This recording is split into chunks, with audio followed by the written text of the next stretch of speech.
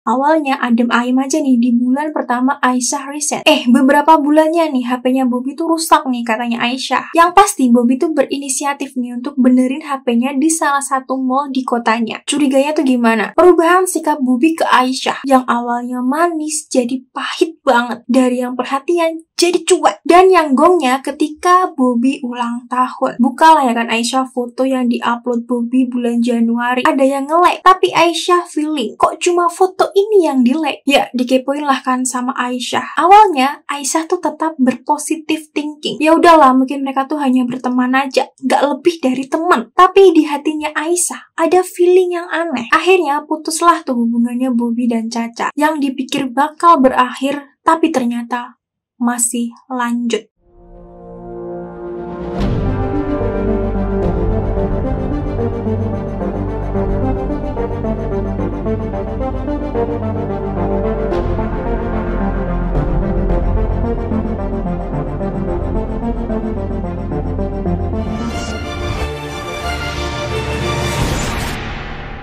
Halo guys, bertemu lagi nih sama aku Tridiansi di sini. Di segmen kali ini lagi-lagi kita akan membahas nih kisah nyata pengalaman hidup dari seseorang. Oke, kali ini aku mengambil lagi suatu kisah yang berada di aplikasi Threads dengan temanya tuh kayak perselingkuhan gitu lah ya kan. Kalau nih kalian tuh pengen membaca kisah ini secara langsung, kalian bisa nih klik link yang ada di deskripsi video ini. Oke, tanpa berlama-lama kita langsung aja masuk ke isi thread-nya.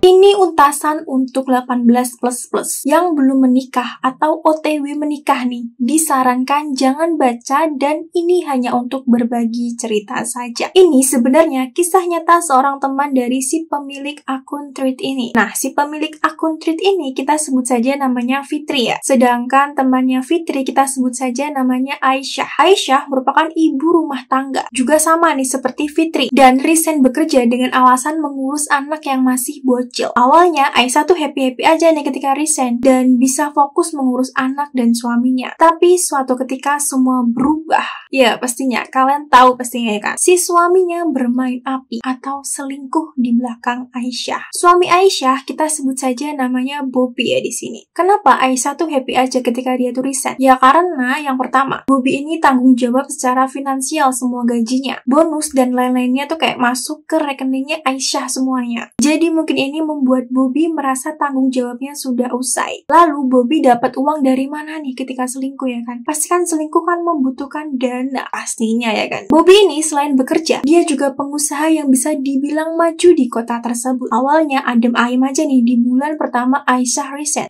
Beberapa bulannya nih HP-nya Bobby tuh rusak nih katanya Aisyah. Yang pasti Bobby tuh berinisiatif nih untuk benerin HP-nya di salah satu mall di kotanya. Usut punya usut nih, yang jago counter ini adalah wanita yang sewa di tempat tersebut. Dan kita anggap saja kalau dia itu adalah ownernya ya. Terjadilah hal yang tidak terduga. Kata Aisyah, awalnya wanita ini yang kita sebut saja namanya Caca, mengetahui profesi Bobby yang memang sedikit disegani di kota tersebut. Maksudnya tuh bekerja di pemerintahan gitulah. Nah, kenapa Aisyah tahu? Karena sempat Aisyah tuh mediasi dengan Caca untuk mencari tahu dengan cara baik-baik. Awalnya nggak ketahuan nih mereka berdua. Mulus banget dari Juni pertengahan sampai Juli akhir. Aisyah yang awalnya biasa aja tiba-tiba seperti dapat insting istri yang terzolimi. Curiganya tuh gimana? Perubahan sikap Bobby ke Aisyah yang awalnya manis jadi pahit banget. Dari yang perhatian jadi cuek. Dan yang gongnya ketika Bobby ulang tahun. Ya biasanya kan seorang istri kan apalagi ada bocil yang suka tidurnya tuh yang gak teratur. Nah kata Aisyah pas Bobby ulang tahun, Aisyah tuh lupa ngucapin ulang tahun dan memberikan surprise. Dia tuh ngasih surprise-nya tuh di akhir-akhir gitu lah. Marahlah Bobby dan Bobby tuh ngomong kalau Aisyah tuh udah gak perhatian lagi. Dan tahu nih apa yang dibilang Bobby ke Aisyah. Dia tuh ngomong gini, ada kok yang ngucapin di awal. Siapa? Adalah.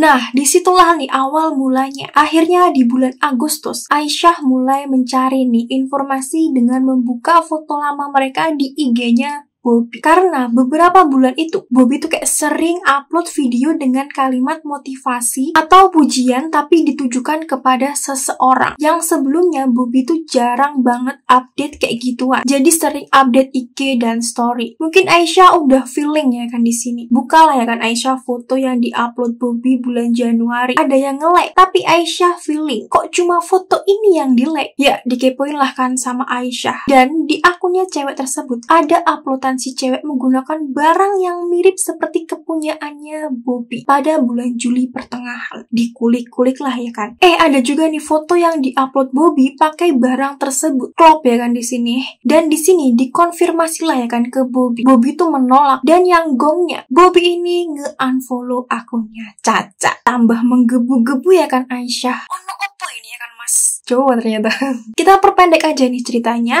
Aisyah ini juga mencari informasi di HP-nya Bobby. Ada screenshot video call-nya Bobby dan Caca. Akhirnya Aisyah tuh DM Caca dan mereka bertemulah bertiga. Dan tahu nggak, mereka berdua itu adalah pemain. Ya bisa ditebak mereka memanipulasi semua seolah-olah mereka nggak ada hubungan apa-apa. Awalnya Aisyah tuh tetap berpositif thinking. Ya udahlah, mungkin mereka tuh hanya berteman aja, nggak lebih dari teman. Tapi di hatinya Aisyah ada feeling yang aneh. Akhirnya bulan berganti, Caca tiba-tiba menghubungi Aisyah. Ternyata Bobby dan Caca masih melanjutkan hubungan tersebut, tapi Caca minta mengakhirinya. Oke, mulailah bertemu mereka berdua, bercerita panjang lebar. Akhirnya Aisyah meminta penjelasan kepada Caca. Mulailah nih kan Aisyah tuh mencoba meminta Bobby untuk jujur. Jelaskan semuanya Mas ya. Jelaskan kabeh Mas.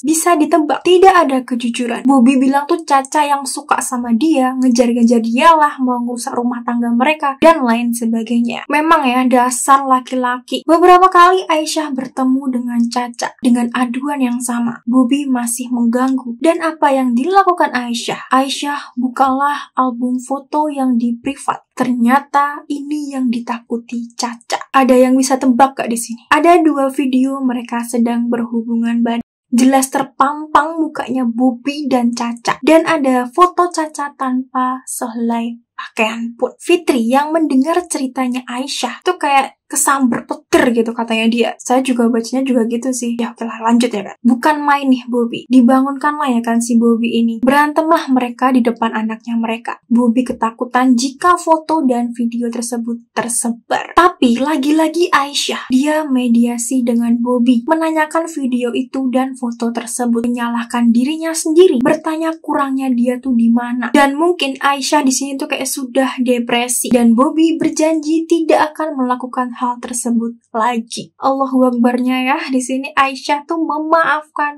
Bobby. Walau Aisyah harus dihantui pikiran negatif di setiap harinya dan janji manis Bobby yang akan berubah. Dalam posisi itu, semua bukti sudah diamankan dari video, foto, dan lain-lainnya. Semua sudah diamankan sama Aisyah. Sehabis mediasi itu, Aisyah baru teringat sesuatu. Pada awal mereka bertiga bertemu pada bulan Agustus, Aisyah merhatiin Caca di bagian leher. Seperti ada bekas merah, kayak cup gitulah. Ya, aku juga nggak tahu bekas apa kayak gimana sih. Di sini Fitri tuh sempat memotong cerita Aisyah dan membuat statement positif, tapi Aisyah yakin bahwa mereka sudah melakukan hubungan badan lama sebelum adanya foto dan video tersebut. Yowis di sini Fitri udah nggak bisa bilang apa-apa lagi, dan sebenarnya dia juga memikirkan hal yang sama seperti yang dipikirkan Aisyah. Gak mungkin dong ya Caca baru pertama kali berhubungan badan dengan Bobby langsung mau bikin tuh video, apalagi di foto, walaupun katanya mungkin tuh diem-diem aja. Ya kata Fitri mah ya kan, wanita tersebut tuh ya aku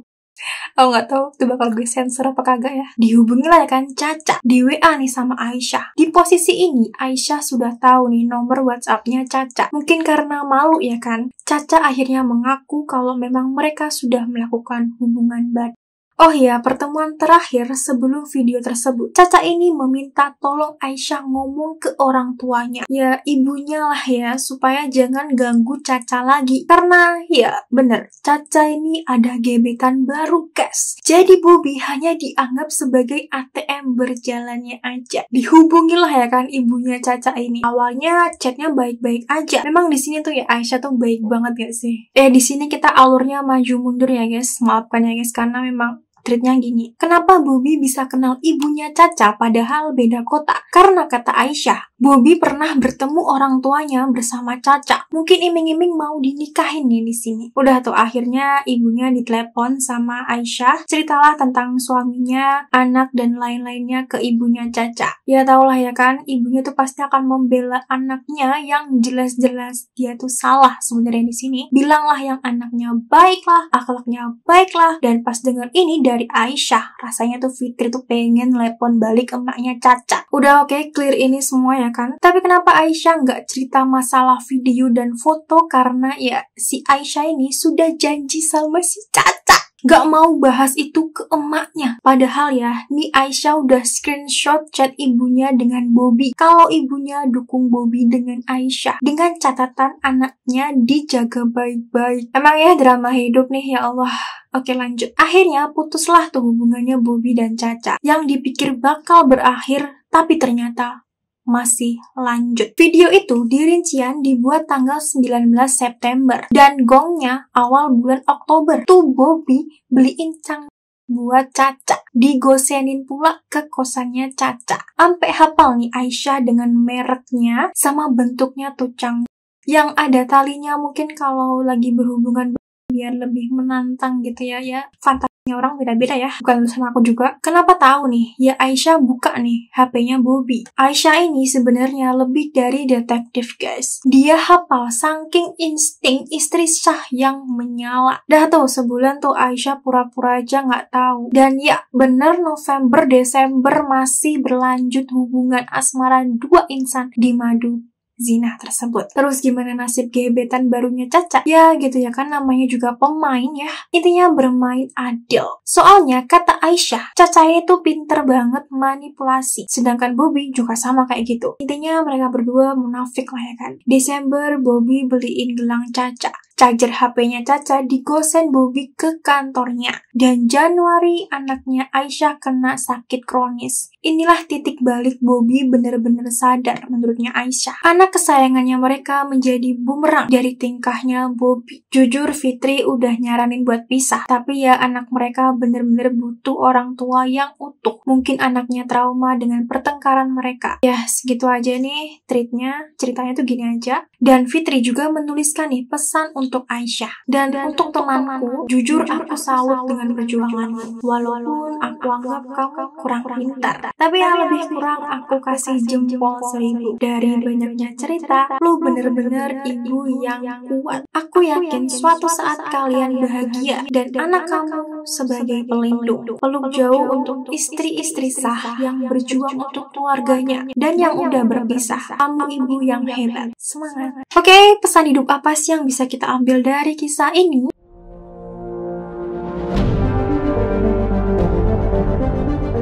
Pentingnya kejujuran dalam hubungan. Kejujuran adalah dasar dari setiap hubungan yang sehat. Ketika Bobby mulai menyembunyikan kebenaran dan tidak jujur kepada Aisyah, itu memicu ketegangan yang tak terbayangkan. Saling terbuka, berbicara dengan hati-hati, dan mendengarkan satu sama lain adalah hal yang paling penting. Jika komunikasi terputus, kesalahpahaman dan kebohongan akan tumbuh subur yang bisa merusak hubungan dalam jangka panjang. Menghargai diri sendiri. Salah satu hal yang bisa kita pelajari dari kisahnya Aisyah adalah pentingnya menjaga harga diri dan martabat kita, bahkan ketika kita merasa diperlakukan tidak adil. Meskipun Aisyah mencintai suaminya dan berjuang keras untuk keluarga, ia juga belajar untuk menilai dirinya sendiri lebih tinggi daripada hubungan yang sudah tidak sehat lagi. Jangan biarkan orang lain merendahkan atau mempermainkan harga diri kita, apalagi dalam hubungan yang seharusnya penuh dengan rasa saling menghormati. Perjuangan seorang ibu. Aisyah menunjukkan betapa kuatnya seorang ibu ketika berjuang untuk anak-anaknya. Meskipun menghadapi pengkhianatan dan kesulitan dalam pernikahannya, ia tetap berusaha untuk menjaga keharmonisan keluarga. Ini mengingatkan kita bahwa ibu adalah sosok yang luar biasa, penuh pengorbanan, dan mampu bertahan dalam situasi yang paling sulit sekalipun. Menjadi ibu bukan hanya soal kasih sayang, tetapi juga tentang memberi teladan yang kuat dalam menghadapi menghadapi cobaan hidup. Bertahan dalam kesulitan, tapi tidak mengorbankan kebahagiaan pribadi. Terkadang kita merasa terjebak dalam situasi sulit dan merasa harus bertahan, bahkan ketika semuanya tampak hancur. Namun,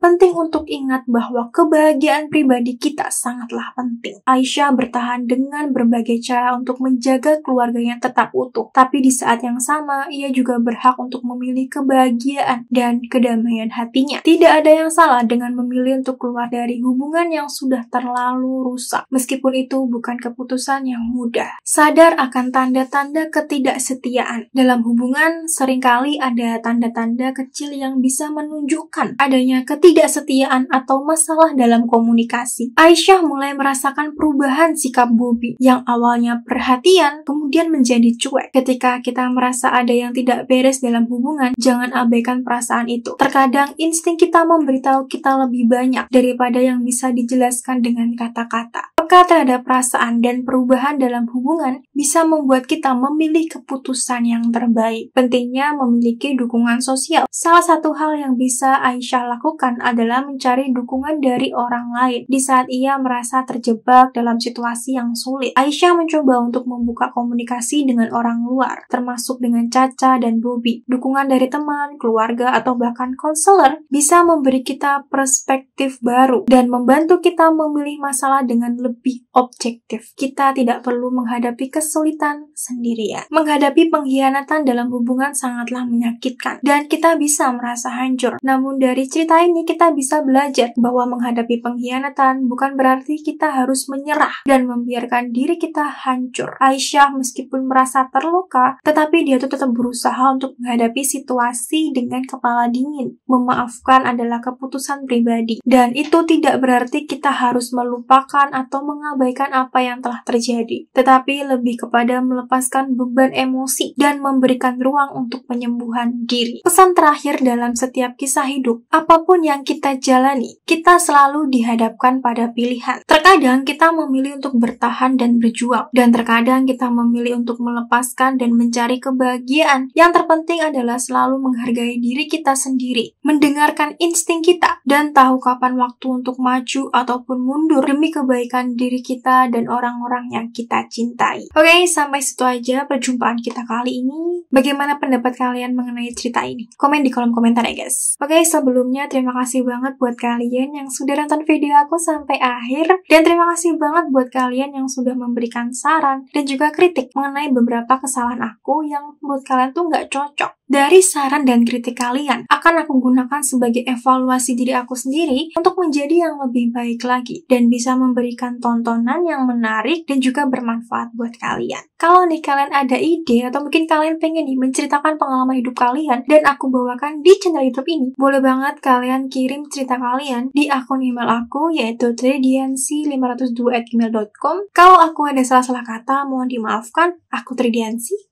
Bye-bye.